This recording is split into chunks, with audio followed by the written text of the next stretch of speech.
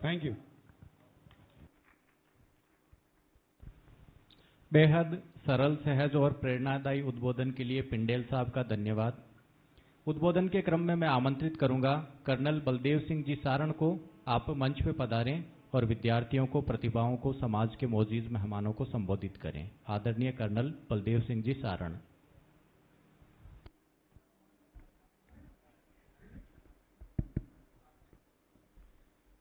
परम सम्मानित मंच, नागौर और उसके आसपास के क्षेत्रों से आए हुए भाइयों और बहनों और प्यारे बच्चों, मैं जाखड़ साहब का बहुत बहुत धन्यवाद करना चाहूँगा कि मुझे और कर्नल हुड्डा साहब को जोधपुर से यहाँ आमंत्रित किया और आप लोगों के बीच में उपस्थित होने का मौका दिया और हमारी जो बातें हैं आप तक पहुँचाने के लिए हमको एक अपॉर्चुनिटी दी। मैं जोधपुर जिले के आगोड़ई गांव से आता हूं। आपने सभी आगोड़ई गांव को देखा होगा, जोधपुर से जैसलमेर जाते हैं तो बीच में आता है।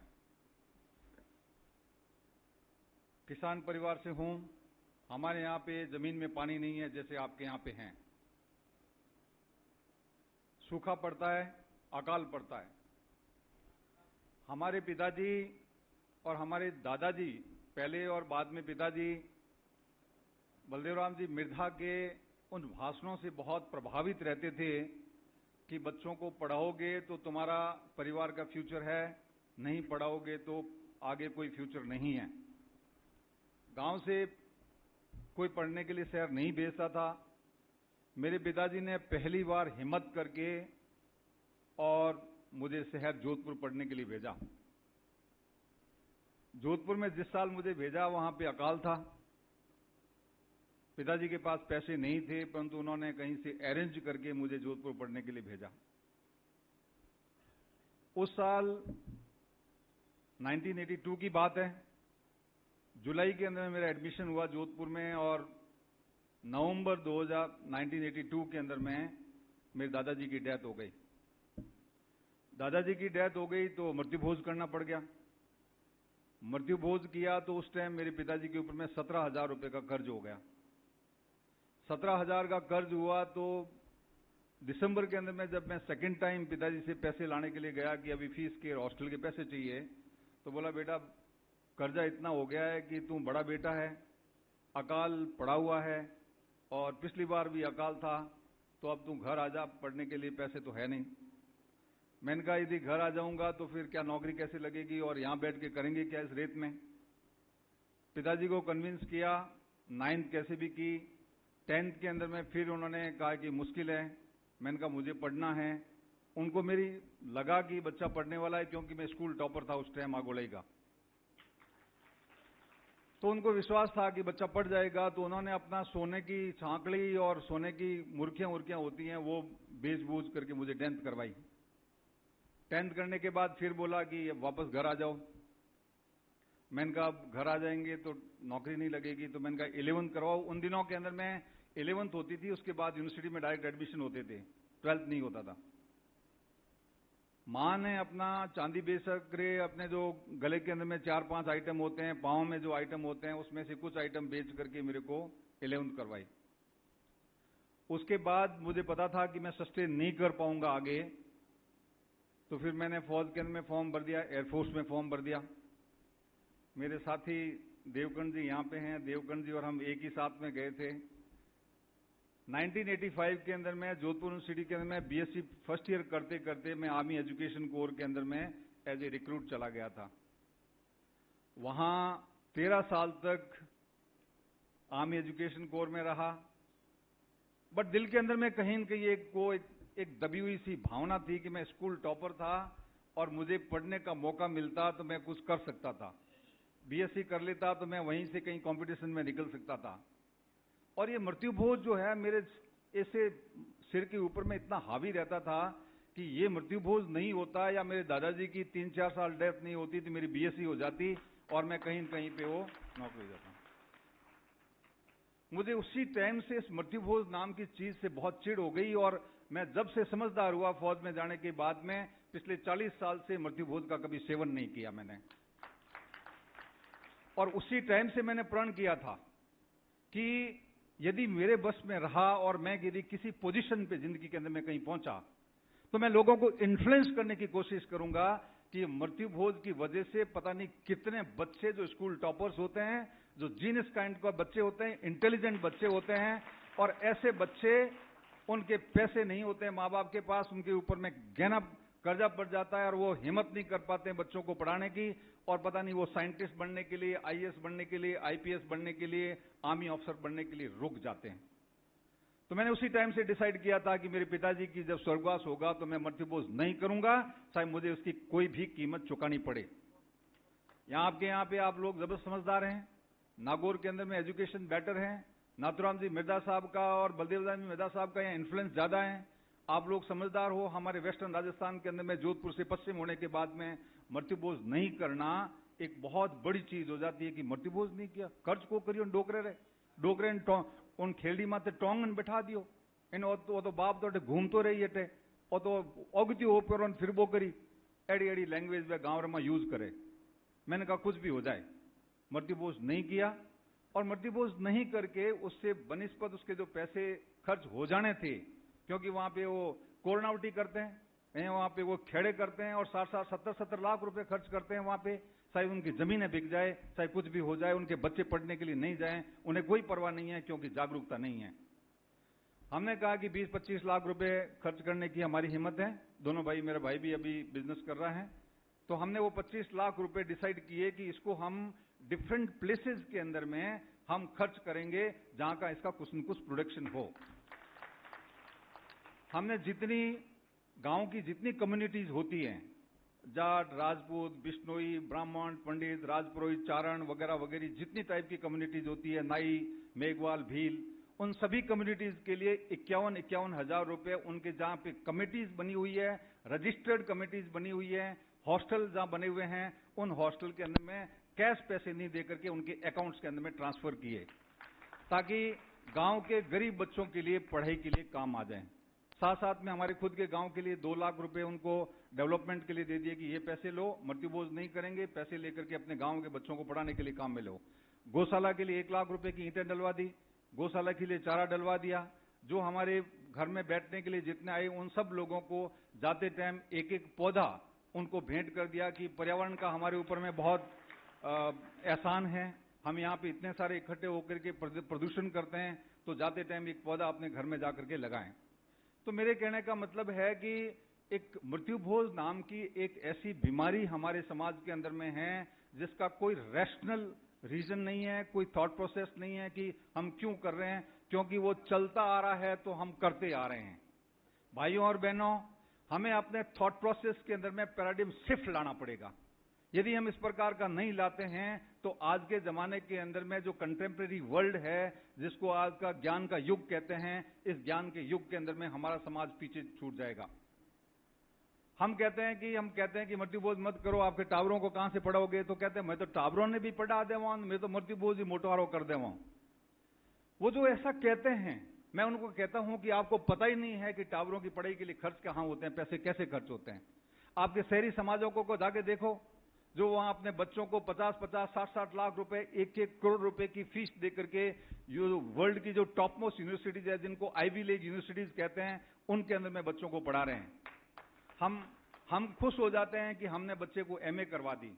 अरे क्या फायदा उस एमए का, जब वो दूसरे समाज जो कंपैरेटिव लेवल, तुलनात्मक ढंग से जो आपके ऊपर में आज राज कर रहे हैं, जो वहां टॉप एचलॉन के अंदर में बैठे हुए हैं, उनके बच्चे तो फिर पढ़ करके आगे निकल जाएंगे और आप इस मृत्यु भोज के चक्कर के अंदर में पैसे खर्च करते जा रहे हो, जिसका कोई रैशनल नहीं है, कोई इसका लॉजिक नहीं है।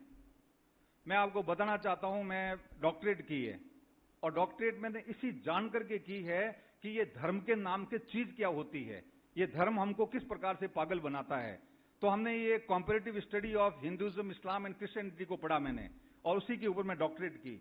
उस डॉक्टरेट के अंदर में मेरा ये चक्कर था कि ये जो हम जितने रीति रिवाज करते हैं, जितने पाखंड करते हैं, जो हम इतने सारे श्राद्ध करते हैं, ग्यारस करते हैं, पूनम करते हैं, जगराता दिलाते हैं, गंगा जी भेजते हैं बच्चों को, और इतने लाखों रुपए हम लोग इसके ऊपर में खर्च करते हैं, क्या इसका कोई साइंटिफिक अर्थ है, कोई इसका रीजन है?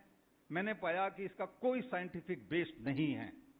कोई जो ईश्वर है वो एक ऐसी गीता के अंदर में जो लिखी हुई मेन चीज है वो है कि कर्म पे अपना विश्वास करो, कर्म करोगे वैसा आपको फल मिल जाएगा। हम हरिद्वार जाके आ जाते हैं, 50 लाख रुपए, 50,000 रुपए, 1 लाख रुपए खर्च कर देते हैं, 10 लोग इकट्ठे होकर के गाड़ियां लेके जाते हैं, कोई उस 1 लाख रुपए का कोई उपयोग नहीं। हम बाहर का मैल धो करके आ जाते हैं, अंदर का मैल तो हमारे अंदर ही अंदर रहता है। हम अंदर का मैल तो कभी धोते ही नहीं है, अच्छे इंसान तो कभी बनते नहीं है। जब अच्छे इंसान हम नहीं हैं तो हमारा जो कल्याण कैसे होगा? अच्छे इंसान कल्याण कैसे होगा? वो शिक्षा से होगा। कहते हैं कि quality of any nation depends upon the quality of its people and the quality of people depend upon the quality of their education. शिक्षा के ऊपर ही ये सब कुछ है। यदि अच्छी शिक्षा आ गई समाज के अंदर में तो अपने आप समाज का कल्याण हो जाएगा। मिलिट्री के अंदर में हम कहते हैं कि it is not machine but man behind the machine wins the battle. मशीनों से युद्ध नहीं जीता जाता है, मशीन के पीछे जो एक आदमी बैठा है जो मशीन को चलाता है, उसकी बहादुरी और उसी कला के ऊपर में, उसके नॉलेज के ऊपर में ही जो मशीन चलती है उसी से युद्ध जीता जाता है। तो ये हमको इसका मतलब, सीधा सा मतलब ये निकलता है कि मानव संसाधन जिस समाज का बेटर होगा वो समाज आगे बढ़ेगा। जिस समाज का मानव संसाधन अच्छा नहीं है वो समाज कभी भी आगे नहीं बढ़ सकता है।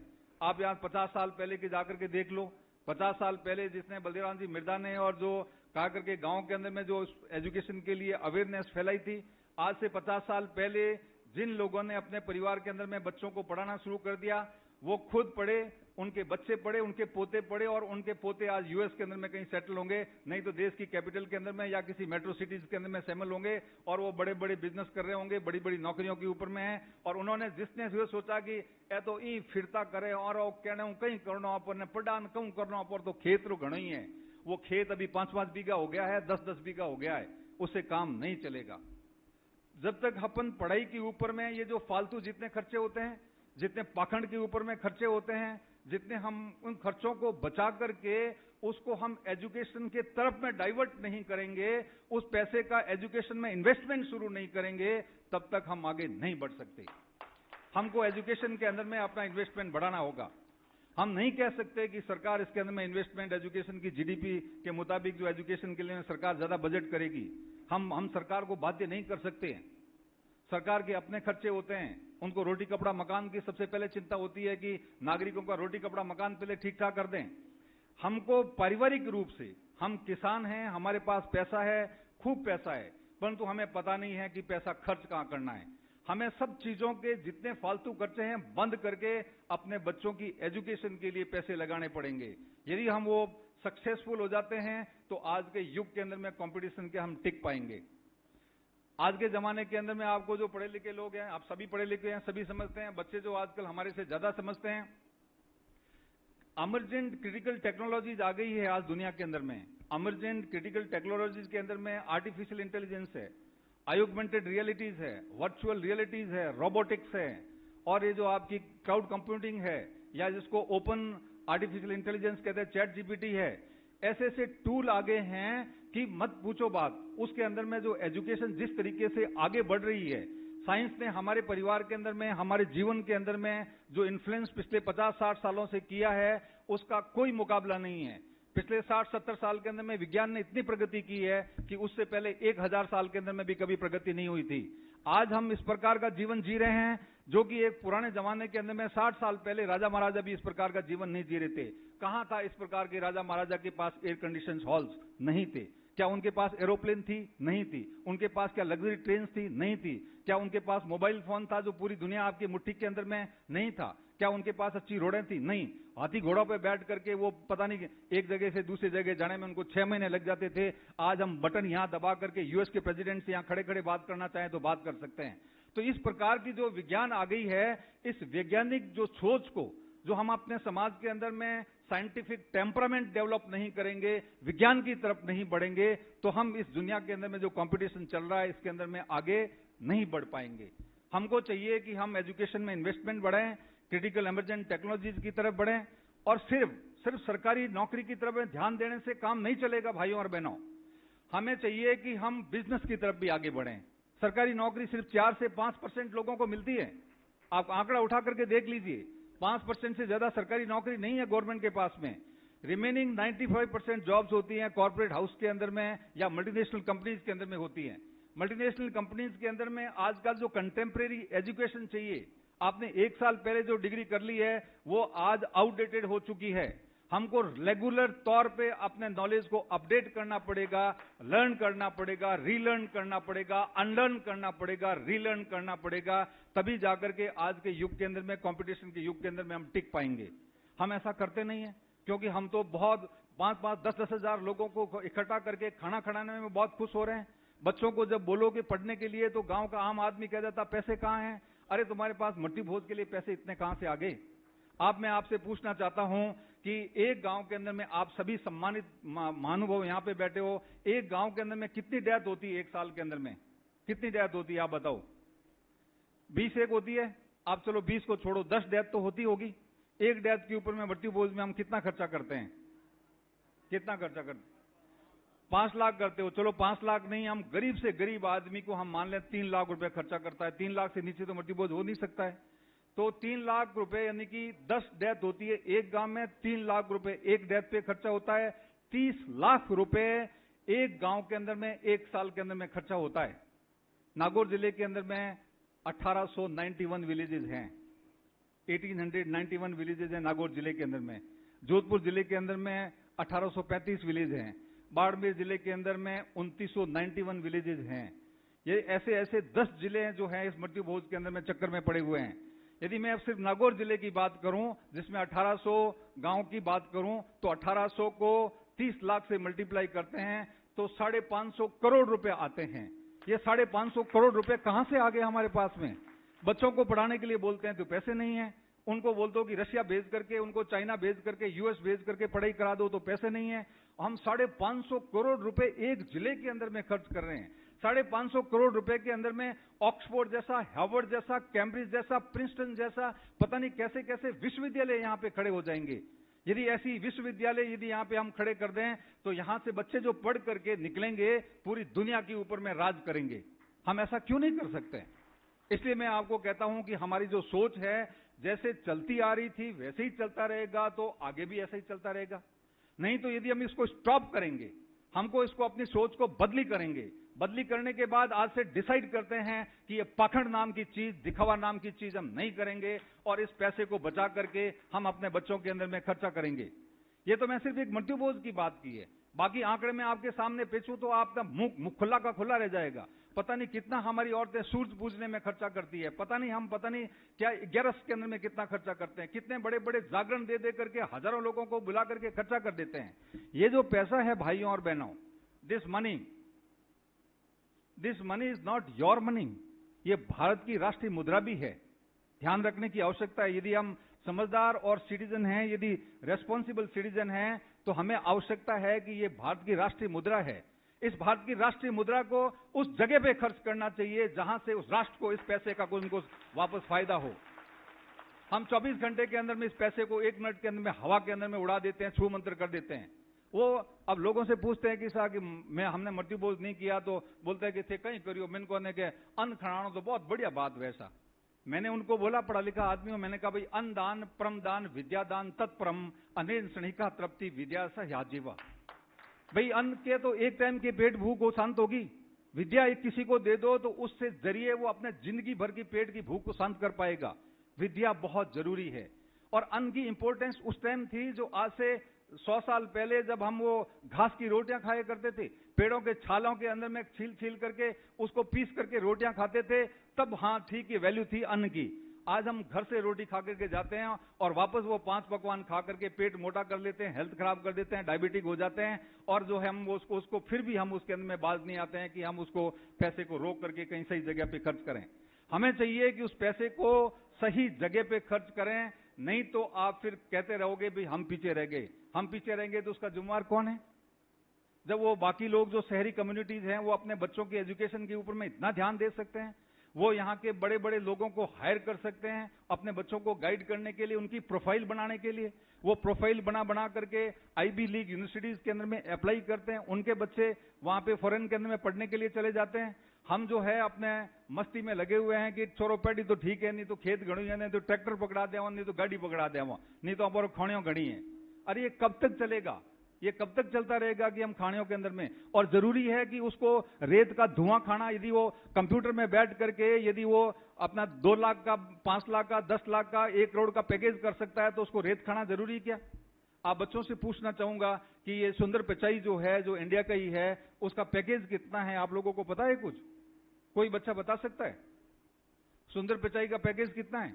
गूगल का CEO, कोई बच्चा बताए? 500 रुपीज इनाम। कोई भी बच्चा बता दे, जो नजदीक भी पहुंच जाएगा उसको 500 रुपए का इनाम दूंगा मैं।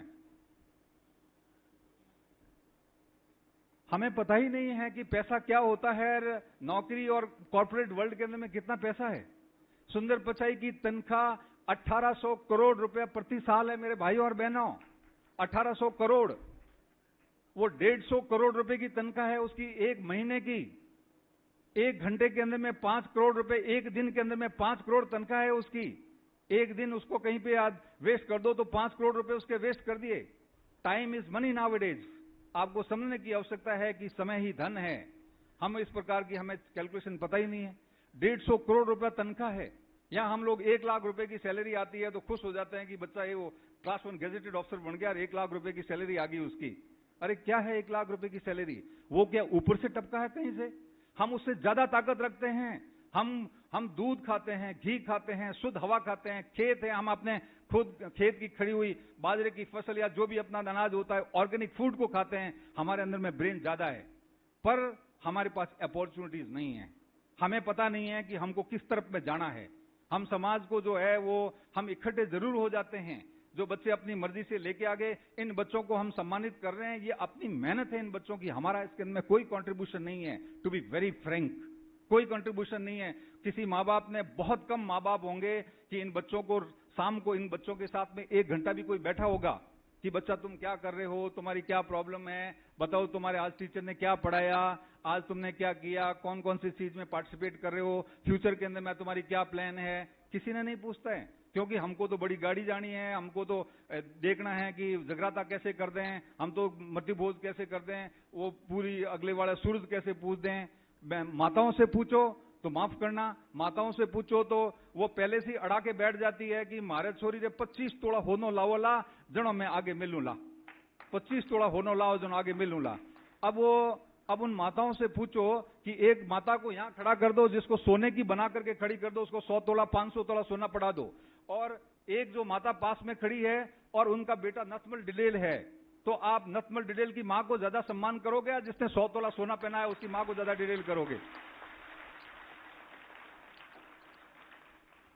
आप तालियां बजा रहे हैं, इसका मतलब आप मेरी बात का समर्थन कर रहे हैं कि आप सोने को सम्मान नहीं करोगे, आप अचीवर को नाम सम्मान दोगे।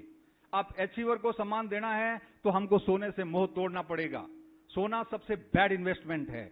आप एक सुनार की दुकान से 10 तोला का सोना का ऑर्नामेंट बना के लेके आ जाइए, दुकान से बाहर लेकर के आप वापस उसको बेचने के लिए चले जाइए, वो 7 तोले के अंदर में भाइयों और बहनों वापस लेगा। वो 3 तोला उसके अंदर में 1.5 लाख रुपए, 1,80,000 रुपए उसने गायब कर दिए। कैसा वो तो काटना पड़े सा, और तुम्हें पाछो लेवा जो मन तो करना पड़े।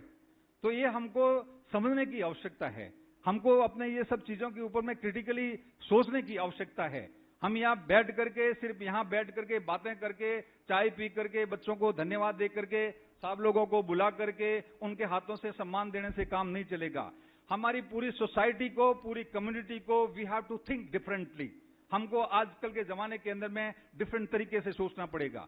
हमारे बच्चे जो गरीब परिवारों के बच्चे हैं वो पढ़ नहीं पाते हैं, क्यों नहीं हम जब हजारों लाखों रुपए का डोनेशन जब हम किसी बड़े मंदिर बनाने के लिए दे सकते हैं, तो हम जाट समाज का एक विद्या कोष क्यों नहीं बना सकते? उसके अंदर में 1,000 करोड़ रुपए इकट्ठा क्यों नहीं कर सकते हैं? यदि आप किसी मंदिर को बनाने के लिए आप 500 करोड़ रुपए इकट्ठा कर सकते हैं, मैं समझता हूं विद्या का भी इसी प्रकार से कोष बन सकता है 500 करोड़ रुपए का। और उस 500 करोड़ का कोष बनने के बाद कोई भी बच्चा, गरीब से गरीब बच्चा भी पढ़ाई से वंचित नहीं रहेगा। उसको पता है कि मैं यहां से पैसे ले लूंगा, जब मैं कामयाब होऊंगा तो पैसे वापस दे दूंगा, और आवश्यकता नहीं है उसको किसी प्रकार का बाध्य नहीं होना चाहिए कि तुमको वापस देना है पैसा। वो कोष है, समाज का कोष है, पैसा इकट्ठा किया हुआ है, बेटा लो और पढ़ो। हर बच्चे के अंदर में कॉन्फिडेंस आ जाएगा और वो पढ़ना शुरू कर देगा। हमको एक इस प्रकार की सोच को डेवलप करना है कि भैया सरकारी नौकरियों से काम नहीं चलेगा। सरकारी नौकरियां सिर्फ 5% लोगों को मिलती है, 95% को हमको इस प्रकार की नौकरी कॉर्पोरेट वर्ल्ड के अंदर में करना है, तो हमको अपनी स्किल डेवलपमेंट के लिए कुछ करना पड़ेगा। जितने बड़े हॉस्टल्स है उसके अंदर में स्किल डेवलपमेंट सेंटर को खोलने की आवश्यकता है, ताकि हम बच्चों के अंदर में जो कंटेम्प्रेरी स्किल है, उस समय की मांग के मुताबिक जो स्किल बच्चों को चाहिए जॉब के लिए, वो जॉब बच्चों को दे सकते हैं। हम बच्चों को जब जॉब के लिए भेजते हैं तो वहां पे जॉब के लिए मना कर दिया जाता है। कहते हैं कि भाई ये बच्चे को मना क्यों किया? तो वो उनका कॉर्पोरेट वर्ल्ड का सीधा आंसर होता है, these children are not job ready children, these children are not job ready children. Job ready children का मतलब क्या होता है कि उनको उस जॉब के मुताबिक कोई स्किल उनके अंदर में नहीं है। टीसीएस, टाटा जैसी, इन्फोसिस कंपनियां हैं, वो इंजीनियरिंग करने के बावजूद, अच्छी से अच्छी कॉलेज से इंजीनियरिंग करने के बावजूद 6 महीने का वहां पे कोर्स करवाते हैं और लेटेस्ट टेक्नोलॉजी के मुताबिक पढ़ा करके फिर अपने कंप्यूटर के ऊपर में बैठने के लिए उनको इजाजत देते हैं। तो हम वो ऐसा या क्यों नहीं कर सकते? यहां बैठ करके हम अपने यहाँ पे स्किल डेवलपमेंट सेंटर डेवलप क्यों नहीं कर सकते? हॉस्टल बहुत हो गए, अभी हमको चाहिए कि समाज के स्किल डेवलपमेंट सेंटर्स बनाया जाए। हमको चाहिए कि समाज के लिए एंटरप्रेन्योर डेवलपमेंट सेंटर बनाया जाए।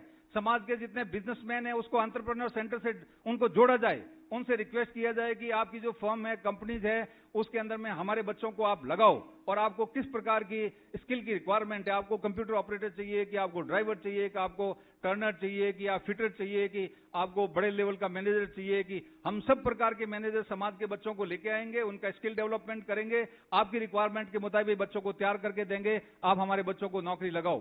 तो यहां पे आप यदि 5% लगा सकते हो तो उन 5% यदि नौकरी में लग जाएंगे तो बाकी वाले जो कॉर्पोरेट वर्ल्ड के अंदर में पहुंच जाएंगे। तो इस प्रकार से हम ज्यादा से ज्यादा आगे बढ़ सकते हैं। इन चीजों के ऊपर में हमको सोचने की आवश्यकता है।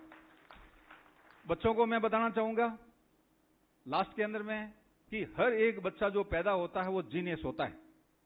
हर एक बच्चा जीनियस होता है। मैं नहीं कह रहा हूं, ये अल्बर्ट आइंस्टीन जैसा साइंटिस्ट ने कहा है, एडिसन जैसे साइंटिस्ट ने कहा है कि हर एक बच्चा अपने आप में जीनियस होता है, पर वो जीनियस लेवल तक की अचीवमेंट क्यों नहीं कर सकता? क्योंकि उसको एनवायरमेंट नहीं मिलता है।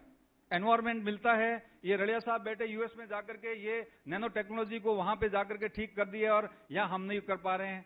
क्यों? ये भी यहीं पे जोधपुर के भोपालगढ़ के अंदर में ही पैदा हुए हैं, ये तो ऊपर से नहीं टपके हैं। तो ये जीनियस हैं। क्यों? क्योंकि उनको एनवायरमेंट मिल गया इस प्रकार का। हम एनवायरमेंट दे नहीं पाते हैं, इसलिए बच्चे अंदर में जो उसके अंदर में पोटेंशियल है वो पूरे पोटेंशियल को डेवलप नहीं कर पाते हैं। हमें चाहिए कि हम बच्चों के लिए इस प्रकार का एनवायरमेंट क्रिएट करें, उनको बाहर भेजें, उनको एक्सपोजर दें। तो आपको समझने की जरूरत है कि ठीक है, माँ बाप अनपढ़ है, कोई बात नहीं, पर मेरा फर्ज बनता है, मैं अभी परिवार से बाहर निकला हूं या निकली हूं, तो मैं अपने परिवार का नाम रोशन करने के लिए अपनी पूरी शक्तियां अपने विकास के लिए लगा दूंगा। हर एक बच्चा एक नॉर्मल शख्स के रूप में पैदा होते हैं, पर कुछ जो है वो शख्स बन करके ही रह जाते हैं और कुछ शख्सियत बन जाते हैं। आपको आपके ऊपर है कि आप शख्सियत बन करके वापस जाना चाहते हो भगवान के घर, या नॉर्मल शख्स बन करके आयाराम गयाराम की जिंदगी जी करके जाना चाहते हो। यदि आप शख्स बन करके आए हो और आप सोच लिया आपने कि मुझे शख्सियत बनना है, दुनिया की कोई ताकत आपको शख्सियत बनने से रोक नहीं सकती है।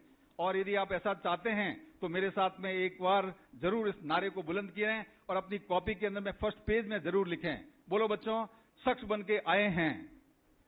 जोर से बोलो, शख्स बन के आए हैं, शख्सियत बन के जाएंगे। शख्स बन के आए हैं, शख्सियत बन के जाएंगे। नोट कर लो अपनी कॉपी के ऊपर में, और इसी रास्ते के ऊपर में आप चल पड़े आज से ही, तो आप एक अपने को डायरेक्शन मिल जाएगी। आपकी कॉपी पे लिखा होगा, घर में दीवार पे लिखा होगा, स्टडी टेबल के सामने लिखा होगा, तो आप कभी भी रास्ता नहीं भटकोगे। वो आपको एनर्जी देगी वो लाइन कि मैं तो शख्सियत बनना है, मैं गलत काम कैसे कर सकता हूं? मुझे तो शख्सियत बनना है, मैं टाइम को वेस्ट कैसे कर सकता हूं? मुझे तो शख्सियत बनना है कि मैं अपने सोशल मीडिया के ऊपर में टाइम कैसे बर्बाद कर सकता हूं? पुराने जमाने के कहते थे कि you tell me about your friends and I will tell about your future.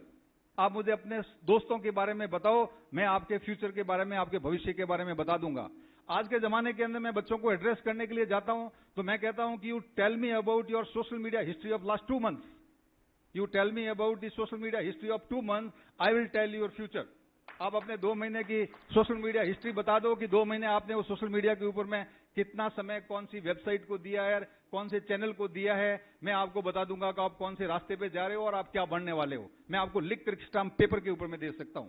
Unless you change your critical thinking. आज अपने विचारों को जब तक बदली नहीं करेंगे, हम उस विचारों को बदली करके उसके ऊपर में एक्शन लेना शुरू नहीं करेंगे, तब तक हम कोई बदलाव नहीं ला पाएंगे। हमें चाहिए कि हमें इस प्रकार के बदलाव लाने के लिए हम अपने सोच विचार को बदली करें और उसके ऊपर में एक्शन प्लान बनाएं, तब जाकर के समाज आगे बढ़ सकता है। इसी के साथ साथ में मैं जहां भी जाता हूं, एक मृत्यु भोज के कैंपेन चला रखा है कि मृत्यु भोज जो नहीं खाना चाहते हैं, ठीक है, समाज के अपने नियम होते हैं, बुजुर्ग होते हैं, उनको हम उनका निरादर नहीं कर सकते हैं। समाज की परिपाटी को चेंज करने में बहुत टाइम लगता है। आप पूरे गांव को एक साथ में बदली नहीं कर सकते, परंतु आप अपने खुद को तो बदली कर सकते हो। यदि आप खुद को बदली कर सकते हो तो जो मेरे साथ में है कैंपेन के अंदर में, वो इसके अंदर में अपना साइन करे कि भाई दुनिया से एक मृत्यु भोज खाए, कुछ भी करे, मैं मृत्यु भोज नहीं खाऊंगा। जब हम खाने वाले अपने आप कम हो जाएंगे, एक गांव के अंदर में 500 में से 400 लोग मृत्यु भोज नहीं खाएंगे, तो जो बनाने वाला है वो भी सोचने के लिए मजबूर हो जाएगा कि हकरा हकरा आदमी ने, कलेक्टर साहब, एसडीएम साहब, प्रोफेसर साहब, ए तो आवे जका खावे को नहीं, पे गांव में बैठा जो कौन खड़ाम कहीं कह रहा हूं पे। अपने आप लोग सोचना शुरू कर देंगे कि बाहर के बड़े बड़े लोग आते हैं, वो तो मृत्यु भोज खा ही नहीं रहे हैं, तो हम क्यों पैसा बर्बाद करें। लोग तो दिखावे के लिए करते हैं कि फलाना कलेक्टर साहब को उससे कोई प्यार नहीं है, उसको दिखाना है कि कलेक्टर साहब मेरे घर आएंगे तो ओहो मेरा बहुत बड़ा नाम होगा, इसीलिए वो पता नहीं कौन कौन से बढ़ चढ़ करके अपने औकात से बढ़ करके पैसा खर्च करते हैं। हमें उस दिखावे से बचना है, उस पैसे को बचा करके एजुकेशन में लगाना है, ताकि हम समाज को सही दिशा दे सकें। तभी हमारा सार्थकता होगी हमारी एजुकेशन की, तभी हमारी सार्थकता होगी कि हम कुछ लीड रोल के अंदर में हैं, तभी हमारी सार्थकता होगी कि हमने सही एजुकेशन लेकर के एक समाज को सही दिशा निर्देश दे रहे हैं। नहीं तो फिर आयाराम गयाराम की जिंदगी जी लो, उससे कोई ज्यादा फर्क नहीं पड़ने वाला है। तो मेरे साथ में भागीरथ जी हैं, भागीरथ जी से मैं निवेदन करूंगा कि ये किसी के ऊपर में कोई फोर्स नहीं है। जो व्यक्ति अपनी मर्जी से मृत्यु भोज नहीं खाना चाहता है, वो आप इसको नहीं खाएं। मैं भागीरथ जी 1 मिनट के लिए वो बुक देना मेरे को, गरुड़ पुराण। मैंने डॉक्टरेट की है भाइयों और बहनों। मृत्यु भोज के अंदर में सिर्फ इस बुक के सिवाय मैंने गीता पढ़ ली, रामायण पढ़ ली, महाभारत पढ़ लिया, पूरा पढ़ लिया, क्योंकि मैंने डॉक्टरेट करनी थी तो मुझे पढ़ना था, तो मैंने कर ली। इस गरुड़ पुराण के सिवाय किसी किताब के अंदर में ये नहीं लिखा हुआ है कि मृत्यु भोज होना चाहिए। और बताऊं इसमें भी क्या लिखा हुआ, मैं बताऊंगा आपको। और सब जगह शास्त्र ये कहते हैं कि अंतिम संस्कार, मरने के बाद जब हम उसको दाग दे देते हैं तो उसको अंतिम संस्कार कहते हैं। अंतिम संस्कार के बाद किसी प्रकार के कोई संस्कार हमारे लिए लागू नहीं है। जब हमने अंतिम संस्कार ही कर दिया उसका, तो ये कौन से संस्कारों की बात कर रहे हैं कि हम 12 दिन तक वो हलवा पूड़ी और पता नहीं क्या क्या चलाते आ रहे हैं घरों के अंदर में। गरुड़ पुराण ये कहता है कि 12 दिन तक जिस व्यक्ति के घर के अंदर में डेथ होती है, उस घर के अंदर में पानी भी नहीं पीना चाहिए। गरुड़ पुराण कहता है उस घर के अंदर में पानी भी नहीं पीना चाहिए। और 13वें दिन जब हम पूरे इकट्ठे होकर के अपने अपने घरों से राशन लेकर के उस घर के अंदर में चूल्हा वापस प्रज्वलित करना चाहिए, ये 13वें दिन। और 13 ब्राह्मणों को भोजन कराना चाहिए, ये इसके अंदर में लिखा हुआ है। अब वो 13 ब्राह्मणों के लिए भी जो मॉडर्न टीपाकार है, जो इसकी सर्वे करते हैं, या जो पढ़े लिखे जो ब्राह्मण हैं या जो भी लोग हैं, वो कहते हैं कि ठीक है, कोई गरीब आदमी है तो 13 ब्राह्मण को भोजन नहीं करा सकता, तो 1 ब्राह्मण को भोजन करा दो, ये इसके अंदर में लिखा हुआ है। और फिर भी हम उसको पता नहीं किस प्रकार की हम जो है ना पुराने सिस्टम का या पुराने वो हमारे तरीकों का, या कहते हैं कि हमारे पौराणिक सिस्टम चला रहा, उसके ऊपर में वो हम उसको पकड़ करके बैठ गए। एक कहाँ था, मैं 57 ईयर्स का हो गया हूँ, मैंने अपने गांव के अंदर में ये खाटा खींचड़ा खा करके भी मौत के ऊपर में और देखा है। खाटा खींचड़ा खा करके बारातें चढ़ जाती थी, लोगों के पास पैसे नहीं होते थे तो कहां से आते थे। उसके बाद स्लोली वो लापसी शुरू की, तो वो लाठी गुड़ की, वो काला सा गुड़ आता था, उसकी लापसी बनाते थे।